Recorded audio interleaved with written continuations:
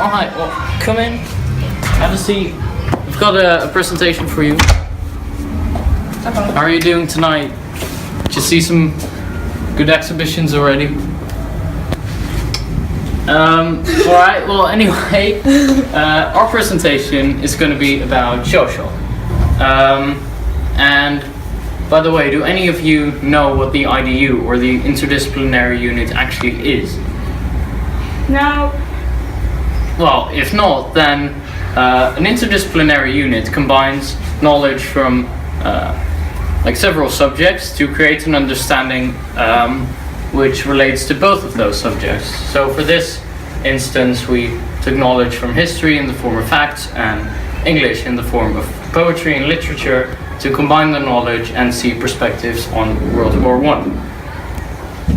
Okay, so shellshock was a mental illness, and it was first encountered in the First World War, but later it was named PTSD, so post-traumatic stress disorder.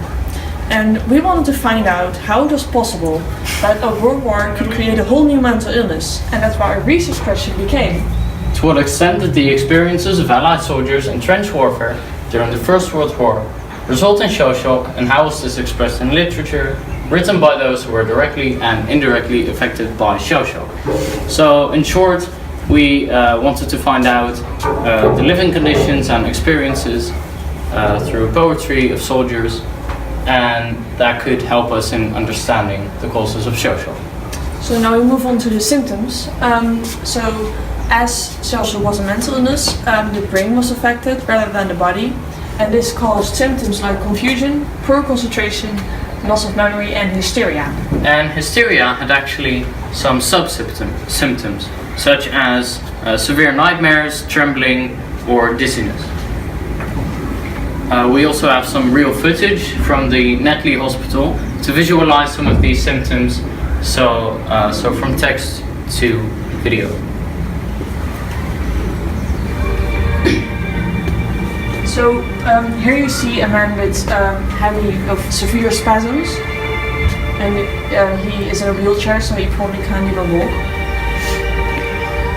Then here we see a man reacting to the word bomb, so his mind has developed a mental trigger and he's trying to hide under bed as a result of hearing this.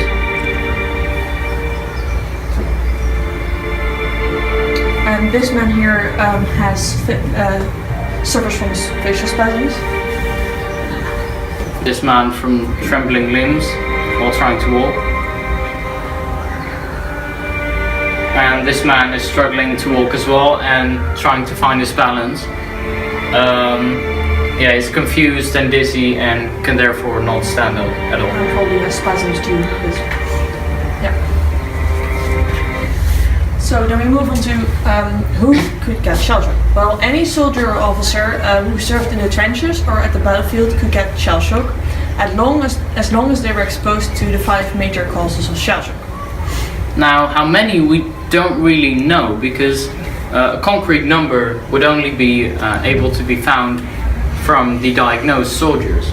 However, there lies the problem, because some soldiers were sent home or died without ever being diagnosed of shellshock. Regardless, we've tried to make a visualization in the shape of graphs from the estimations that have been made. Okay, so to make this clear, in the first graph you can see that 38% of all the soldiers who went to the Western Front, who served in the Great War, went to the Western Front, of all the British soldiers. But in this graph you can see that of those soldiers who went to the Western Front, 1% was diagnosed with shellshock. And this seems like a very small amount, because it's 1%, but this was still 80,000 soldiers, and it was probably many more, much more. I don't care. Because in graph 3, you can see that 10% of all the soldiers at the Western Front died, and we don't know how many of these 10% had shellshock without ever being diagnosed. So the effects of shellshock. Well, since it wasn't a recognized mental illness, fellow soldiers perceived you as cowards if you were trembling and having spasms. So shellshock also led to people shooting in their hands to be sent home or fleeing the battlefield, and this only resulted in them being executed. And the doctors and hospitals had little knowledge in the beginning of the war about shell shock. So there were no treatments yet, and so soldiers had to cope with shell shock themselves, resulting in worsened symptoms. What could lessen the symptoms, however, was literature. People like Wilfred Owen and Siegfried Sassoon, they wrote poetry in order to cope with their experiences and to, well, lessen the symptoms. However, later on, some treatments were available. Like calming the mind and movement treatments, and calming the mind consisted of relaxation therapy and occupational therapy. In relaxation therapy, the patient would focus his mind not on his trembling limbs, but on one part of his body by like breathing, controlled breathing. And in occupational therapy, the patient was put in a familiar place, such as with family or where he could have worked before, to restore memory and confidence. And then movement treatment consisted of passive movement and re-education. And passive movement was when physiotherapists would heavily shake joints and limbs of the patient to decrease the stiffness. And in re-education, the patient would relearn certain actions by having his limbs be moved corresponding to said actions. So, for example, if the soldier couldn't move, the physiotherapist would ask him to lie down, and he would move his leg the same way as if it would move if the man would be walking. So in literature, in the literature written by soldiers, the primary perspectives and personal experiences give us a very clear insight to the causes of shell shock, but also the emotions and feelings of soldiers. And I will show an example of a stanza written by Robert Graves, who was a soldier who was diagnosed with shell shock during the First World War. I met you suddenly down the street. Strangers assume your phantom faces.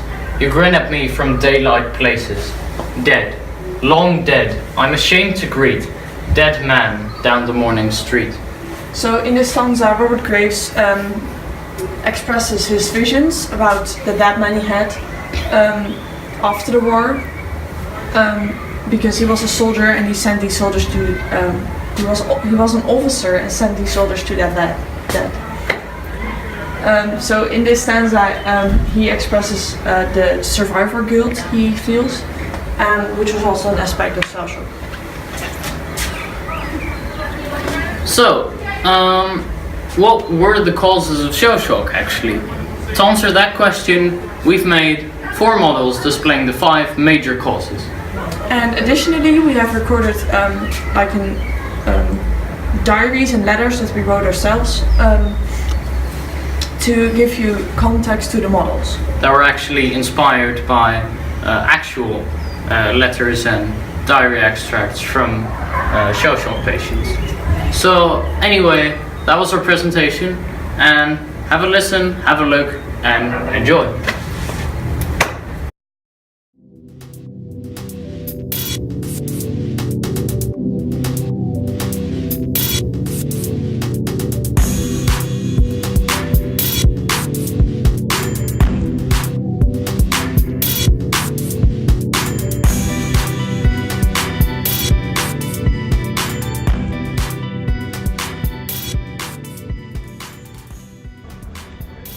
So what you see here is that we have placed some QR codes near the models so that visitors can open a QR code scanner, and then these QR codes will reference to a video that we've made explaining which is a poem or a letter written together with the model. So it gives extra context to what the model shows.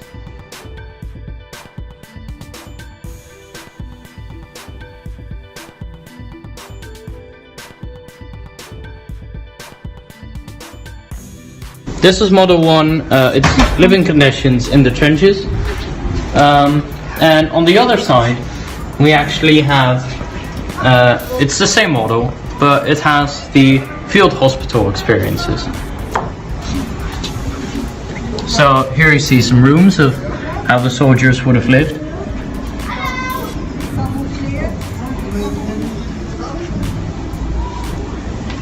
And then in here we have the hospital situation of the soldiers.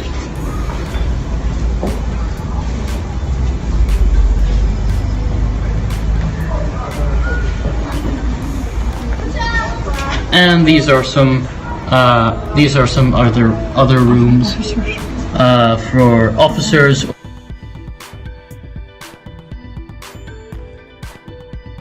So this is model 2, weather conditions in the trenches, and this model displays like the 4 seasons and how the trenches looked during those seasons. So we have summer here, where it's very light and sunny, and it's very clean as well.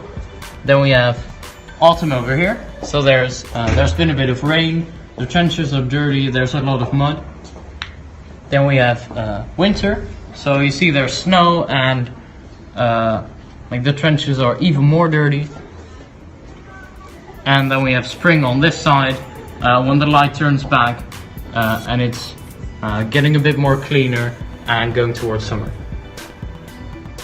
So in this model, it's the normal attack in a trench, and I chose to do it for a artillery bombardment. So right after these have launched an artillery bombardment, they're attacking this trench. And what you can see is the barbed wire in no man's land. There's a man that's been shot by or that's been hit by a splinter from a shell, and there's some shell remains in the battlefield, as well as the fact that it's very dirty and there's a lot of lumps. So this is model 4, displaying a gas attack. It's actually 1 or 2 days after the gas attack, and you can see some dead soldiers in this trench who unfortunately didn't have enough time or didn't have a gas mask near them. Then we see here some soldiers of the enemy team, or the enemy side, who gotten stuck in the barbed wire. Then we have a mass grave over here for all the soldiers that have died due to the gas attack. And some soldiers have also been shot and are missing limbs. There's still some weapons over here.